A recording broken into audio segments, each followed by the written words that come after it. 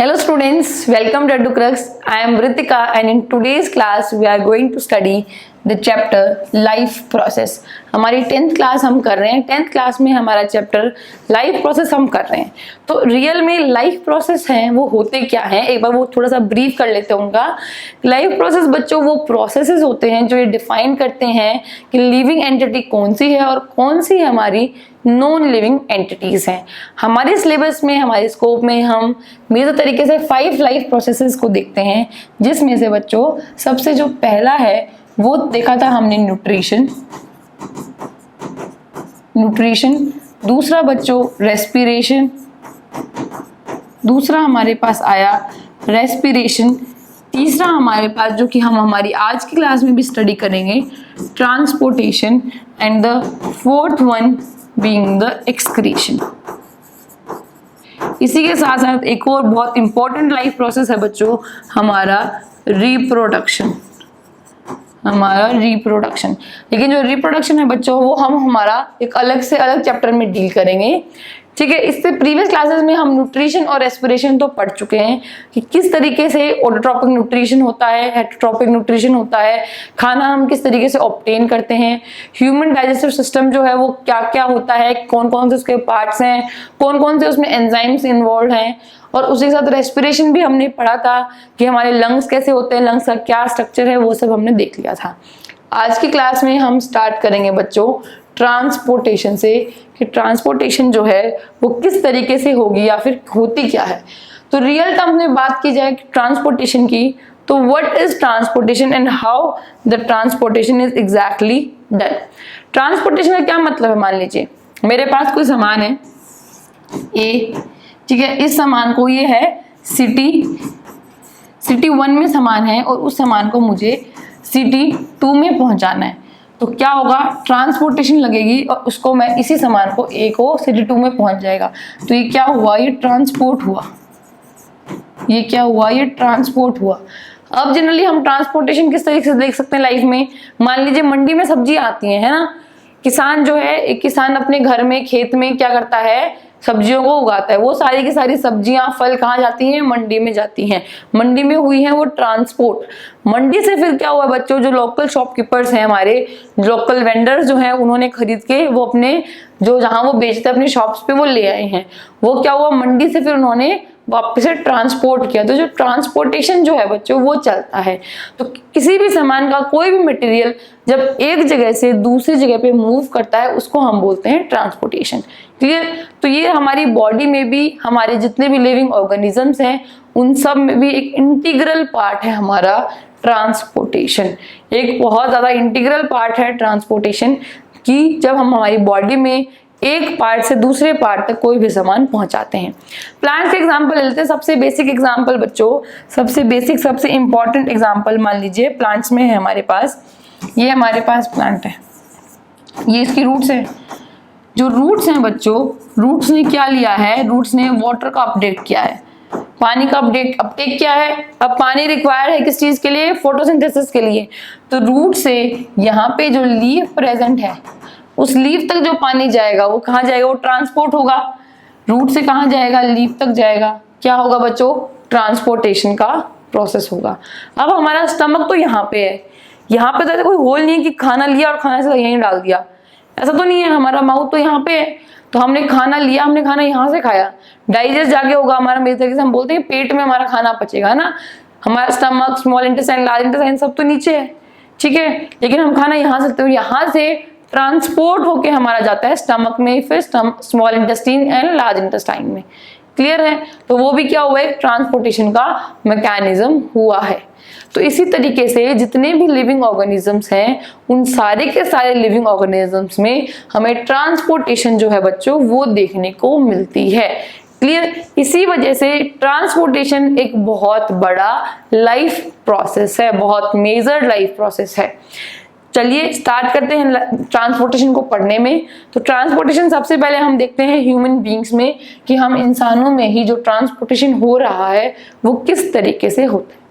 Generally या फिर majorly हम बोले ह्यूमन बींग्स में जो ट्रांसपोर्टेशन हो रहा है बच्चों वो ब्लड के थ्रू होता है, ठीक है। वो किसके थ्रू होगा, वो ब्लड के थ्रू होगा। It will be transported through the blood.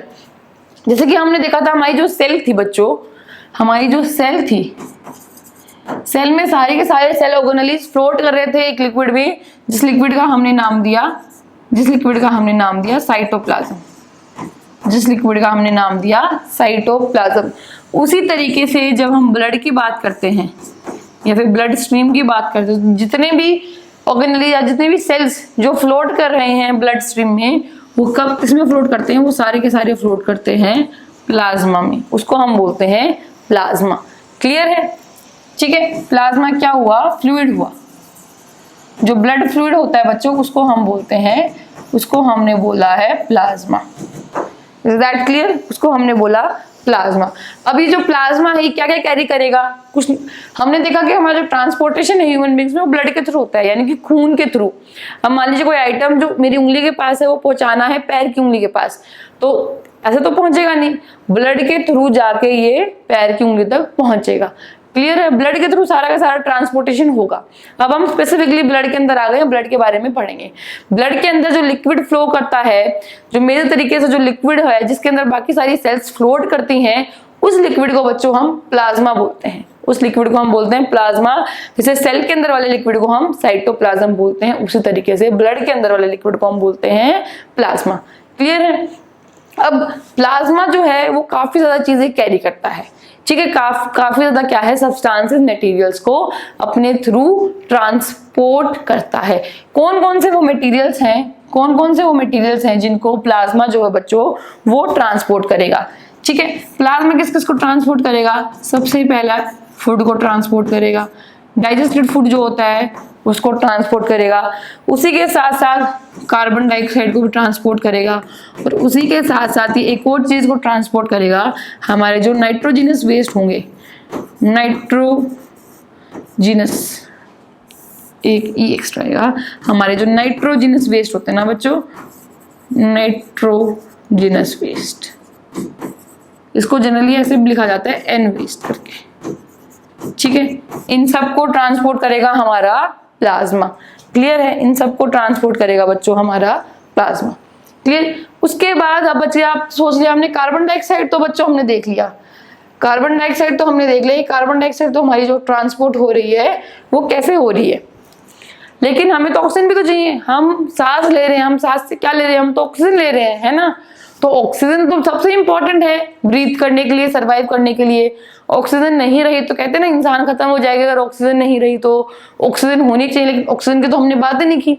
तो ऑक्सीजन कैसे ट्रांसपोर्ट होगी? तो ब्लड के अंदर बच्चों, इसी ब्लड के अंदर सेल्स होते हैं जिनको हम बोलते हैं आरबीसीस, यानी कि रेड ब्लड सेल्स। यानी कि क्या होती है बच्चों? इसके अंदर होती है रेड ब्लड सेल्स। ठीक है, ये जो रेड ब्लड सेल्स होंगी बच्चों, ये कैरी करेंगी, ये आरबीसी जो होती हैं ये आपका कैरी करेंगी ऑक्सीजन को। क्लियर? ये कैरी करेंगी आपके ऑक्सीजन गैस को। आरबीसी जो होंगी बच्चों, उन्हीं के अंदर एक कंपाउंड होगा हीमोग्लोबिन करके। हीमोग्लोबिन के पास एफिनिटी है, यानी कि अट्रैक्शन है, अटैचमेंट है ऑक्सीजन को लेके, तो वो कैरी करेगा ऑक्सीजन को। ठीक है, अभी के लिए आप इतना समझ लीजिए। क्या देखा हमने कि हमारे पास ब्लड है जिसमें सारी की सारी जो ट्रांसपोर्टेशन है वो होगी। ह्यूमन बींग्स में मेजरली ट्रांसपोर्टेशन ब्लड के थ्रू होगा। ठीक है, ब्लड के थ्रू हुआ। ब्लड में अंदर एक लिक्विड होता है, एक फ्लूइड होता है, जिसको हमने बोल दिया प्लाज्मा। प्लाज्मा में क्या क्या आएगा? फूड ट्रांसपोर्ट होगा, कार्बन डाइऑक्साइड ट्रांसपोर्ट होगा, और नाइट्रोजनस वेस्ट जो है वो भी ट्रांसपोर्ट होगा। उसी के साथ साथ ब्लड के अंदर सेल्स प्रेजेंट होती हैं, आरबीसी, जिसको हमने बोल दिया रेड ब्लड सेल्स, और उन रेड ब्लड सेल्स में ट्रांसपोर्टेशन होगा ऑक्सीजन का। उन रेड ब्लड सेल्स में बच्चों ट्रांसपोर्टेशन हमारे पास होगा ऑक्सीजन का। क्लियर? अब मान लीजिए ब्लड है, ब्लड ऐसे तो फ्लो करेगा नहीं, ब्लड को कुछ ना कुछ, कोई तो पंपिंग ऑर्गन चाहिए कि ब्लड हमारा यहाँ से गले से, मान लीजिए मेरे पेट तक ब्लड जाना है, तो कोई ना कोई चीज होनी चाहिए उसको पंप करेगी, है ना? कोई ना कोई चीज होनी चाहिए उसको पंप करेगी कि चल मूव करना है ना। पाइप है मान लीजिए, इसमें आप ब्लड को कैसे समझ सकते हैं? हमारे पास एक ट्यूब है, ठीक है, ट्यूब की रिक्वायरमेंट तो होगी। एक ट्यूब है हमारे पास, उस ट्यूब में यहाँ पे पानी है और यहाँ पे पानी चाहिए, है ना? तो क्या होगा? यहाँ पे ट्यूब क्या करेगी, पंप होगा यहाँ पे, कोई आइटम, कोई सिस्टम होगा जो उसको पंप करेगा और वो यहाँ से इस साइड की तरफ मूव करेगा, है ना। तो ये सारे जो ऑर्गन्स हैं, सारे सिस्टम्स हैं, इन सारे सिस्टम्स की हमें रिक्वायरमेंट होती है। और वो सारी की रिक्वायरमेंट अभी हम पढ़ेंगे कि किन किन चीजों की बच्चों हमें रिक्वायरमेंट जो है वो होने वाली है। ठीक है, रिक्वायरमेंट में मेरे तरीके से 3 आएंगी चीजें। सबसे पहले ब्लड तो रिक्वायरमेंट है ही ट्रांसपोर्टेशन के लिए। दूसरा, जो पंप करेगा हमारा पंपिंग ऑर्गन। उसके अलावा जो ट्यूब्स मैंने बात की, ब्लड किसी चीज में फ्लो करेगा, ऐसे हवा में तो फ्लो करेगा नहीं। इसके हम बोलते हैं पानी दे दो, तो पानी दे दूंगा, हाथ में ऐसे पानी थोड़ी कोई देता है, पानी या तो ग्लास में आएगा या फिर बोतल में आएगा, है ना। उसी तरीके से जो ब्लड है वो ट्यूब्स में फ्लो करता है। तो हमें इन ट्यूब्स का नेटवर्क चाहिए, काफी सारी ट्यूब्स चाहिए हमें, जिसमें हमारा ब्लड जो है वो फ्लो कर पाए। इसी के साथ साथ हमें बच्चों एक ऐसा सिस्टम चाहिए, मान लीजिए ट्यूब है ब्लड की और वहां पे कट लग गया, ठीक है, वहां पे कोई कट लग गया, मान लीजिए मेरे यहाँ पे भी नस चलती है, हमारे खून बहता है, यहाँ पे मैंने कट लगा दिया, तो क्या होगा, वो सिस्टम जो है वो ब्रेक हो गया। तो उस सिस्टम को रिपेयर करने के लिए भी कोई चीज चाहिए, कोई मैकेनिज्म चाहिए कि जिससे ये जो प्रोसेस हो रहा है ये प्रोसेस बनता रहे, चलता रहे, इसमें कोई भी रुकावट ना आए। तो रिपेयरिंग का भी एक सिस्टम चाहिए हमें। तो ये सारे सिस्टम किस तरीके से होगा, कौन सी चीज रिपेयर करेगी, कौन सी चीज इसको पंप करेगी, ट्यूब्स का नेटवर्क क्या है, कैसे है, वो हम सारी की सारी चीजें हमारी आज की क्लास में हम स्टडी करने वाले हैं। ठीक है, तो आज की क्लास सबसे पहले हम स्टार्ट करेंगे हमारे हार्ट से, जो कि हमारा क्या है, पंपिंग ऑर्गन है। What is our heart? Heart is our pumping organ. हमारा पंपिंग ऑर्गन है जो कि ब्लड को पंप करता है, इट पंप्स द ब्लड। अब हमने देखा था प्रीवियस स्लाइड में कि ब्लड जो है बच्चों वो कैरी करेगा कार्बन डाइऑक्साइड भी, यहाँ कार्बन डाइऑक्साइड है और यहाँ ऑक्सीजन है, तो ब्लड के अंदर कार्बन डाइऑक्साइड भी है, ऑक्सीजन भी है। तो अब हम ब्लड को 2 अलग अलग चीजों में डिवाइड कर देंगे, that the deoxygenated blood and the oxygenated blood. जब हम हार्ट स्टडी करेंगे तो हम ब्लड को 2 अलग अलग तरीकों से डिवाइड करेंगे कि जो हमारे पास जो ब्लड होगा बच्चों वो होगा डीऑक्सीजनेटेड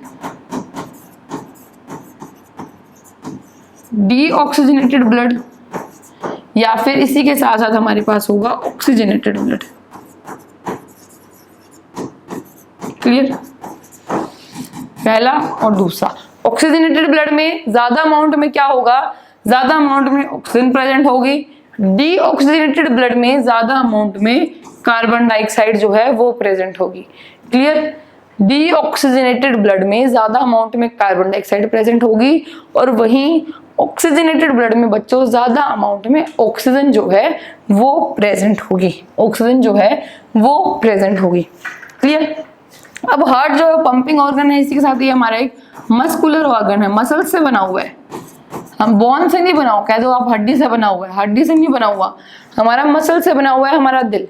अब दिल के साइज की बात करें, मान लीजिए आप अपना हाथ लो और मुट्ठी बंद करो, इस मुट्ठी को हम इंग्लिश में क्या बोलते हैं, इंग्लिश में हम बोलते हैं फिस्ट। ठीक है, तो इतना साइज है, इस मुट्ठी जितना साइज होता है हार्ट का, यहाँ होता है ना, छोटा सा साइज होता है हार्ट का। कहाँ होता है? अपने लेफ्ट लंग जो होता है बच्चों, लेफ्ट लंग की साइड होता है हमारा हार्ट, इतना फिस्ट साइज इतना। ठीक है, तो साइज की बात करें तो साइज कितना, मुट्ठी जितना, फिस्ट जिसको हम बोलते हैं फिस्ट, फिस्ट जितना बच्चों उसका जो है वो साइज होता है।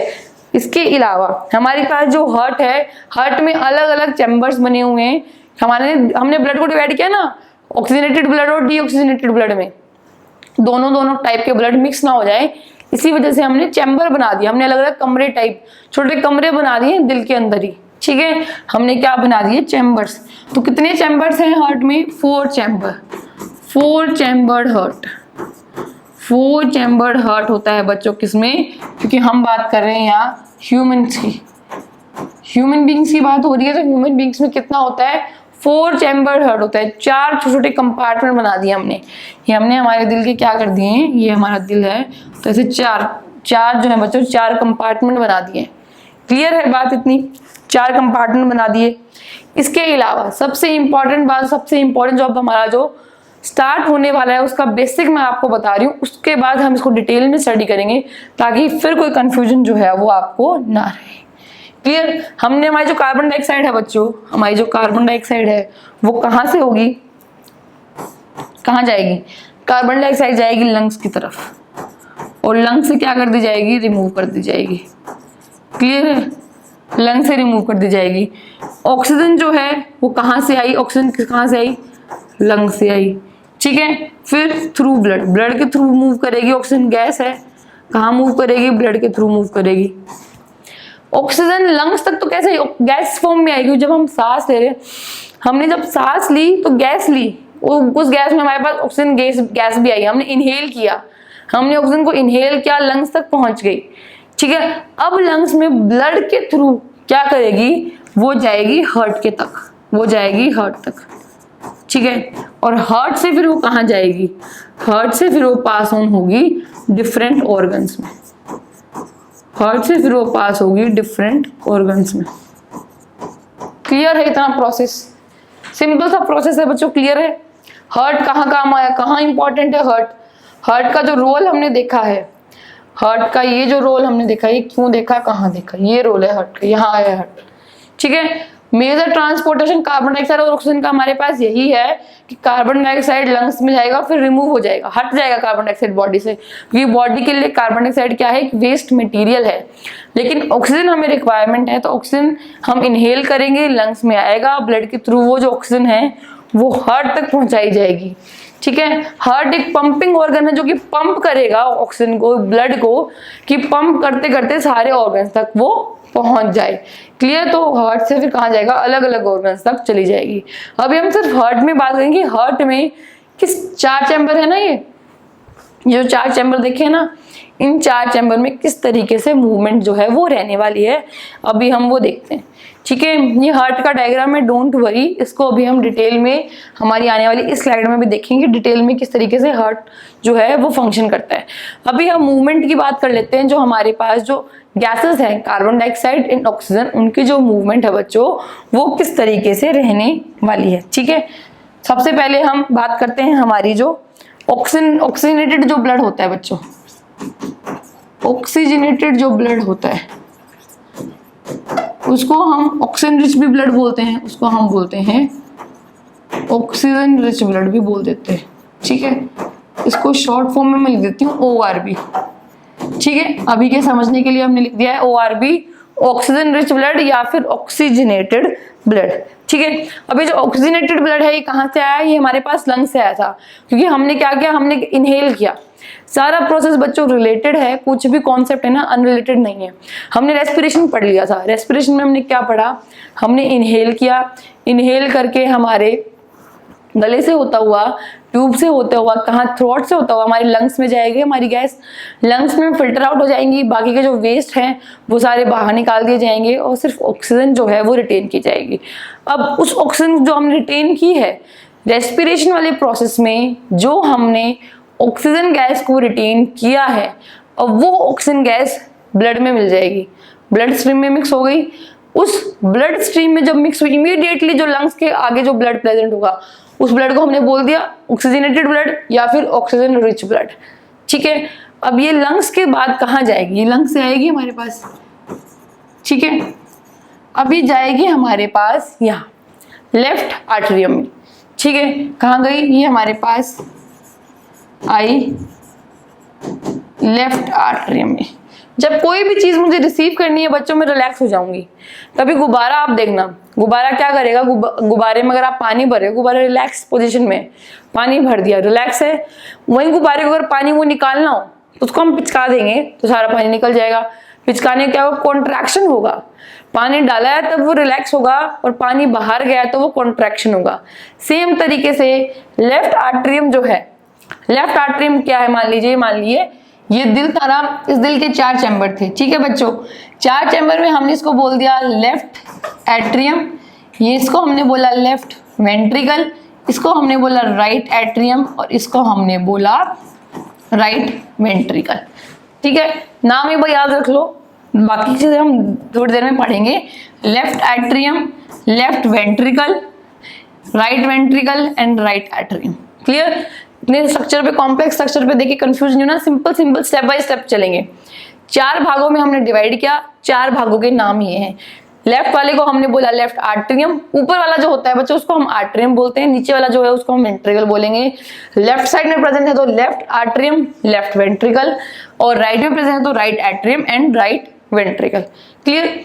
अब मान लीजिए लेफ्ट वेंट्रिकल, मैंने यहाँ क्या कहा, जो ऑक्सीजन ब्लड है, ऑक्सीजनेटेड ब्लड जो है, ऑक्सीजन रिच ब्लड ORB जो है हमारा, ORB सबसे पहले आएगा लेफ्ट आर्टरी में, यानी कि ORB जो है बच्चों वो सबसे पहले हमारे यहाँ आएगा, इस पोजीशन में आया।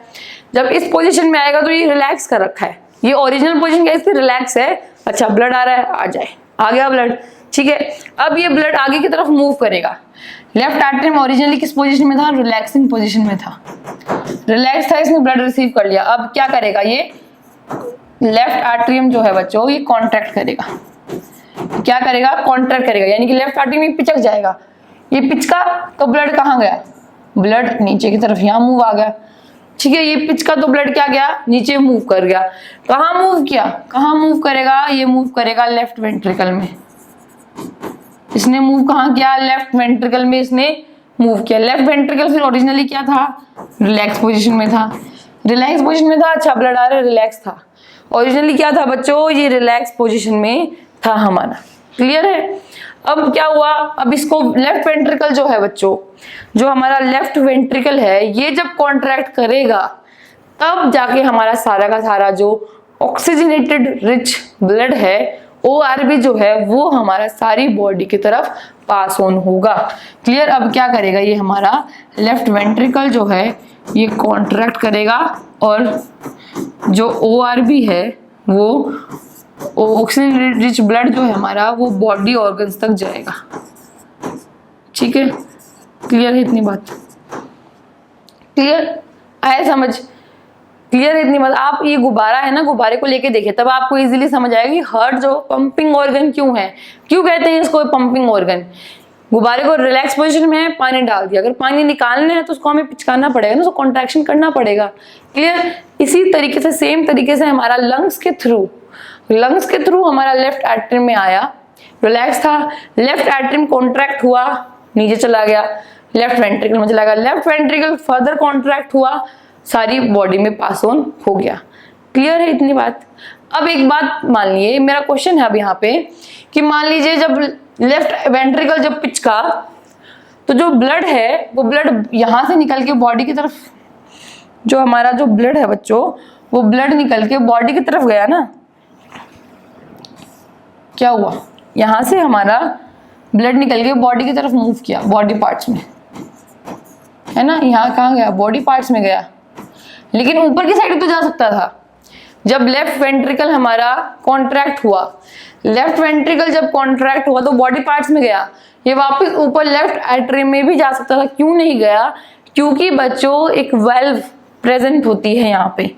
यहाँ पे क्या प्रेजेंट होती है, यहाँ पे एक वेल्व प्रेजेंट होती है, VALVE, एक वेल्व प्रेजेंट होती है जो बंद हो जाती है।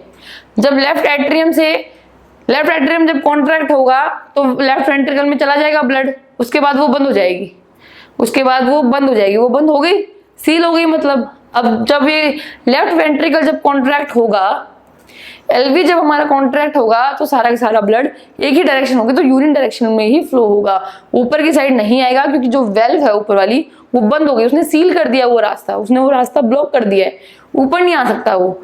ठीक है, तो वेल्व का भी काफी ज्यादा इंपॉर्टेंट रोल होता है। क्लियर। ऑक्सीजनेटेड ब्लड का पाथ क्लियर है, सिंपल सा पाथ है, कोई भी पाथ नहीं है। लंग्स से आया है, लंग्स के थ्रू आया, लंग्स जो थी बच्चों हमारे पास, लंग्स के थ्रू आया था और कहाँ गया, आके हमारे पास लेफ्ट एट्रियम से होते हुए, लेफ्ट वेंट्रिकल से होते हुए बॉडी ऑर्गन तक चला गया। ठीक है। ऑक्सीजनेटेड रिच ब्लड बच्चों लेफ्ट आर्टरियम, लेफ्ट वेंट्रिकल, याद कर लीजिए, लेफ्ट लेफ्ट लेफ्ट। क्लियर है। वही सेम पाथ बच्चों हमारा फॉलो होगा कहाँ, जब हम पढ़ेंगे डीऑक्सीजनेटेड ब्लड, जिसमें कार्बन डाइऑक्साइड कैरी होगी। कार्बन डाइऑक्साइड जब कैरी होगी तो क्या होगा, बॉडी पार्ट्स ऑर्गन्स थे, बॉडी ऑर्गन्स ने क्या किया, बॉडी ऑर्गन्स ने यूटिलाइज करके क्या रिलीज किया, कार्बन डाइऑक्साइड रिलीज कर दी। तो ये क्या हुआ हमारे पास, कार्बन डाइऑक्साइड रिच ब्लड हो गया, जिसको हम बोलते हैं डीऑक्सीजनेटेड ब्लड। ये कहाँ जाएगा, इसकी मूवमेंट उल्टी चलेगी, लेफ्ट नहीं, यहाँ पे आएगा राइट वेंट्रिकल में आया, ये हमारे पास आया राइट वेंट्रिकल में।